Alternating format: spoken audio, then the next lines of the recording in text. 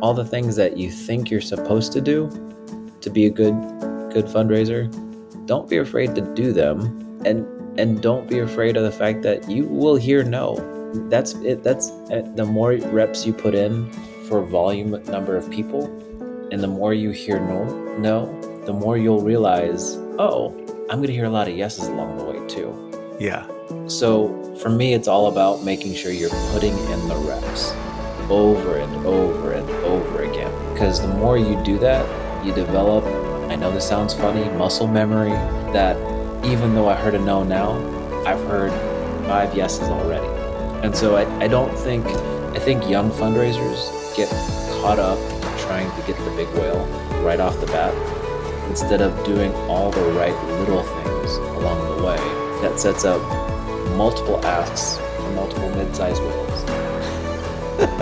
So that when the big whale comes along, you're not taken back, you're not scared, because you've done the right things at the right time, and you've cultivated habits in your life that say, I know how to do this. Let's just take it the next step and add the 0 at the end of the ask. Welcome to the Abundant Vision Fundraising Podcast. Whether you are a seasoned professional or a first-time fundraiser, we have the advice you need to take your next step toward major gift mastery. I'm your host, Tom Dauber, President of Abundant Vision Philanthropic Consulting. Let's get on with the show. I think there's another Kenyon story which I really appreciate. Ended up closing early on and hired this woman. She had the rating of like $100,000 and stuff like that. And so I was like, okay, we'll see. And, it was right away, she wanted to talk about estate planning. And so as we talked about it, it became apparent she didn't have any kids. She didn't have anything else to tie her down. And she was one of the first female lawyers in Tennessee. After going through Kenyon College she was one of the first classes of women who graduated in the 70s from Kenyon, and then she went to Vandy. It was one of the first female graduates of the Vanderbilt Law School back in the early 70s. And so she was a pioneer, and she credits that to learning and being in Kenyon during her time in college. And so when we started talking about different things for her estate, she's like, I think I want to leave a good gift. I'm like, okay, so what are you thinking about? It ended up being a $250,000 gift. But it took a while. It took many conversations. But as we talked more, I was like, would you be willing to tell your story on a bigger level? She's like, sure, what's that look like? And so we had this thing called the Abraham Society of people who've been giving every year for, I think you had to give at least 5 years, and she was on year 30 or something like that. Oh, wow. Yeah. She established a habit and kept doing it. And so she loved the idea. And so I ended up recording an interview and helping her tell her story to inspire others to give. And then, about 4 or 5 months after that gift, she was like, Jason, my RMDs, I'm just now getting them this year. What do I, she's like, it's going to impact me a lot. I don't know if I can give. I'm like, actually, have you just thought about using your RMDs just to be your giving? She goes, what do you mean? I'm like, and so I explained how a QCD works from her IRA and all that. And required minimum distribution is RMD. I should explain some of these terms. Yeah. No, that's helpful. So at 71 or 72 at that time, I think it was 71 and a half at the time. Now I think it's going to be moving to 73 in 25. Is that what it is? I think so. So at the age of 71 and a half back then, they had to take a required minimum distribution from their IRA. And for a lot of baby boomers who have planned well, that can bump them into the next tax bracket. And so the goal, I just was honest with her. I was like, you can use that if you go straight from your IRA to a nonprofit, and it becomes a tax credit for you, especially at the level that you're talking about. And she's like, wow, like she was so excited. And so she was annually giving like anywhere between $2,500 and $5,000 a year because she had other things she wanted to give to. And she was honest with me. She was like, it's about $28,000 a year that I'm supposed to be getting. And I'm like, yeah, that'll bump you into the next bracket, wouldn't it? And she's like, it will. And so I was like, all right, so what would you like to do with that? She's like, can I give? And she was like, I want to do 15 to Kenyon and then the other 13 to other things. I was like, well, I can help you with the part to Kenyon. So we got it to the point where she was able to give 3 times what she was normally giving on an annual basis. And so, like, the college is excited about that because she's giving to all the operating budgets. Right. Right. And she's excited about it. And, her $250,000 estate gift will help with some specific programs that she wanted to help. And so, like, I look at a story like that. For me, it was really meaningful because, again, it was a woman who was a pioneer and who may not have gotten the recognition she deserved because, she was a single woman, a lawyer all her career, pioneering in her career, pioneering every time she went anywhere for education. And it was a moment for her just to see the fruit of her labor, to be able to give back to the things she really wanted to give back to a place that really helped form who she was. And I loved it because I got to empower her story and empower her voice by doing the interviews that we recorded that were going to get used at different spaces to help feature her story in different ways in our magazines and our writings. And yeah, I think, and she was as sweet as could be. She was the ultimate advocate for me. And so she found out that I was leaving the position to take on the role of CDO for Vineyard USA, she was so excited for me. And so there's a sweetness about her relationship and that I had with her. It's just, yeah, I think she's the most meaningful gift. And honestly, ironically, she was the very first gift I ever raised at Kenyon. Oh, wow. Well, that's a significant one. So just for our listeners, I want to kind of I want to kind of break down the anatomy of this gift if we could. So Mhm. Sure. so you inherited her when you came on at Mhm. Kenyon. So you had this person, you could see that she was a consistent donor in that 2,500 to 5,000. So that would probably be kind of a decent annual giving person, but not somebody super remarkable. Is that right? Yep. And did you have some sense of wealth rating for her from research? The research said she was about, if she would give at full capacity, be $100,000 gift. Okay. And you knew because of the institutional history written down in your CRM, and I know I'm kind of breaking this down at a very basic Sure. fundamental level, Go spelling for it. things out, but you'd be surprised. Not everybody, is raising money with the type of foundation you and I have had. So you knew that she had capacity for 100,000. At least that's what research told you. She had a 30-year giving of history at a reasonable level. You also probably knew she was single, right? Mm, yeah, I did. And I had to do my own research on that mhm, because it looked like she was single based in our database, mhm, but it wasn't verified. No one had, gotcha. and so I did a fair amount of research to verify that piece. Okay. And then you also knew that she had a professional degree and had been sort of a successful person, kind of a pioneer in her field, right? Mhm. Okay. And so, when you see those things, that's definitely, alarm bell is going off. This is a person I should go talk to. And so once you got to know her and got to have some of those conversations, well, that initial conversation you had with her, she immediately brought up an estate gift. Is that right? I asked her. Yeah.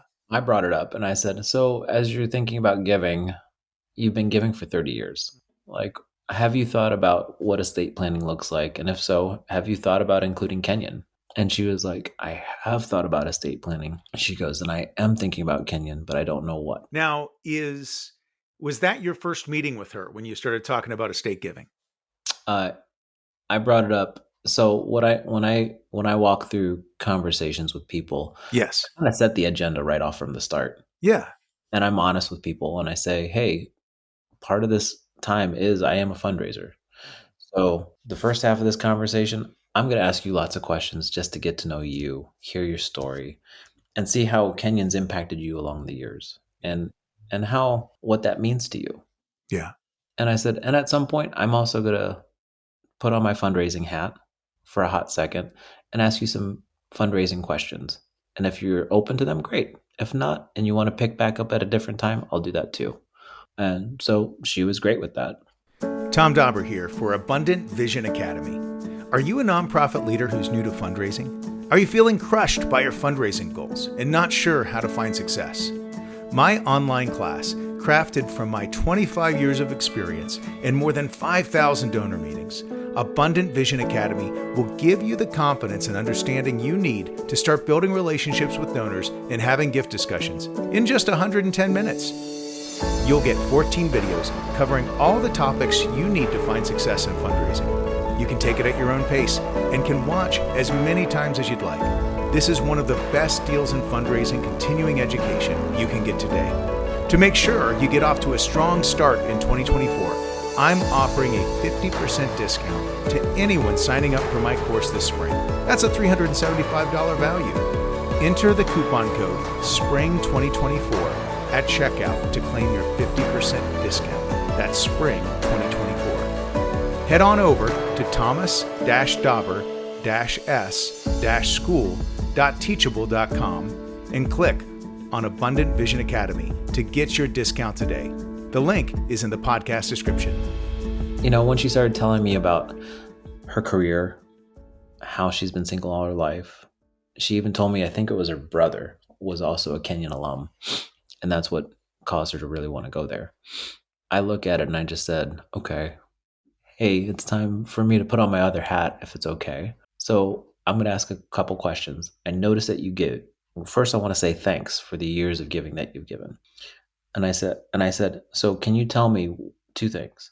Is this an ad hoc thing you do at the end of the year, or is this a budget line item? And she's like, oh, it's for me, it's a budget line item. I was like, okay, cool. So why does Kenyon win that spot in your budget line? And she told me. She told me how much it meant to her. And I said, okay, that's great. So there are ways to give that people can make really big impacts for the college. Is that something you'd be interested in hearing about? And she said, yeah, absolutely. And I said, and that's when I just laid out the different ways people can give. Everything from securities to estates. And she was like, she's like, I have thought about estate planning. And that's how that conversation started. Oh, that's great. I mean, a lot of folks might be afraid to start talking about death and those sorts of things in a first meeting. But this is a great example of, you know, if you approach it from the right perspective, it doesn't have to be a scary thing. Nope. And I think estate giving for some fundraisers, especially as they're getting started, can feel that way. Mm-hmm. And so it's great to see that example, because the reality is that this single woman, I presume that she was, I know that she was in her 70s based on your conversation about, the IRA distributions. That's something you think about when you're single, Mm-hmm. and And that that, was yeah, go ahead. And that was actually part of the conversation. She's like, I want to make sure I have enough to live off of. And I'm like, okay, so what's that look like for you? And as she saw it happen and realized that, she was like, oh, I can make something like this happen on a bigger level. Like, that's when she started putting the numbers together and she got really excited. That's great. That's great. So what you did is you saw a lot of patterns emerging just on paper, and that tipped you off. This is the person to talk to. You did kind of an investigative interview with the individual, both to get to know her, but also then to understand, why does she give to you? Why is Kenyon important?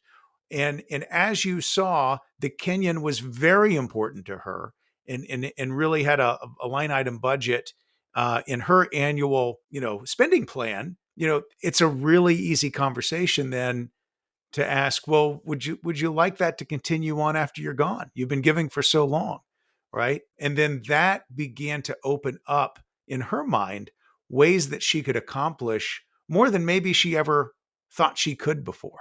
Yeah. That's great. There's some good lessons there, I think for our listeners. So how did you steward her giving ultimately? Oh, so for me, it came down to helping her tell her story and also helping her connect with the college on a different level. So when her 50th reunion came around, I talked to our 50th reunion director. I said, could you make sure you reach out to see if she's would like to be on the committee? And she was like, absolutely. And so that was one of the things that she loved doing. She loved being part of that committee and just being able to reconnect with some of her old friends on a Zoom call every couple months to start planning their 50th reunion. And she was super excited. And when I was down in Tennessee, I tried to connect with her. but never worked out. But when she came up for reunion, she and I spent time just on the porch talking. And she just loved the fact that someone from the college cared Yeah. over and over. And, Yeah. I would also send her cards for Christmas and just say, hey, as you're thinking about the new year, or know that we're excited that all the things that are coming before you. And I'd list off the things that she told me because I took plenty of notes in my CRM about our conversations. And, for me, one of the things I do in my CRM, I put up reminders. If there's something coming up for a donor, in their personal life that they're thinking through, or that they've showed some anxiety about, like, going on, I don't mind reaching out the day of saying, hey, I'm thinking about you today. Hope you do well. And especially if they're good on text message, then it makes it super easy because it doesn't have to be long and elaborate. It can be a simple touch point. And so making sure that I'm on point with stewardship means I have to document it well and actually put reminders in when I need it. No, that's great. That's fantastic. So this podcast, I think I mentioned earlier, it ultimately exists to help less experienced fundraisers, especially in the smaller nonprofit world, gain some of the wisdom and insights on major gifts that they might miss out on working at a smaller shop, Sure. where in many cases there's only one fundraiser. Mm-hmm. As we close, do you have any words of wisdom for them? Put in the reps. Like, make sure that the reps that you're putting in are the right reps. Make sure you're actually thinking creatively and how you steward people. And it doesn't have to be hugely extensive, but it does need to be meaningful and timely. When you say put in the reps, spell that out a little bit further. Right, little things along the way that sets up multiple asks for multiple mid-sized whales. So that when the big whale comes along, you're not taken aback, you're not scared, because you've done the right things at the right time, and you've cultivated habits in your life that say, I know how to do this. Let's just take it the next step and add the 0 at the end of the ask. Like, it's all the same. It's just a matter of doing the right things at the right time in the right way. That's great. Yeah, there's one other thing I wanted to ask you to share. I heard you once talk about earning your no. Mm-hmm. What's that mean? It means you keep asking it in appropriate ways, in appropriate times, asking about opportunities that person could have. And guess what? More times than not, a no is actually a not for now. For instance, who was it? It was that older gentleman I told you about in North Carolina. I had so many, I can't meet with you this time around. I can't meet with you this time around. It took me 18 months to land the dang first visit. But as soon as I did, within 6 months, we had a gift of $500,000. And so don't be afraid to earn the not for now, and only realize that a no is truly a no. And when a person says, don't ever call me. And it's okay if they say that. That's right. That's great. So don't be afraid of it. Like, that's what I say. Earn your no. Wow. Well, Jason, it has been such a pleasure to have you on the show today. I certainly hope you'll come back and join us again sometime. Oh, thanks. It was a pleasure. Well, that does it for this week's episode. Now, if you've enjoyed this podcast, please be sure to subscribe and give us a 5-star rating on your podcast provider. As always, I'm your host, Tom Dauber. Thank you for joining me as we journey together toward major gift mastery on the Abundant Vision Fundraising Podcast.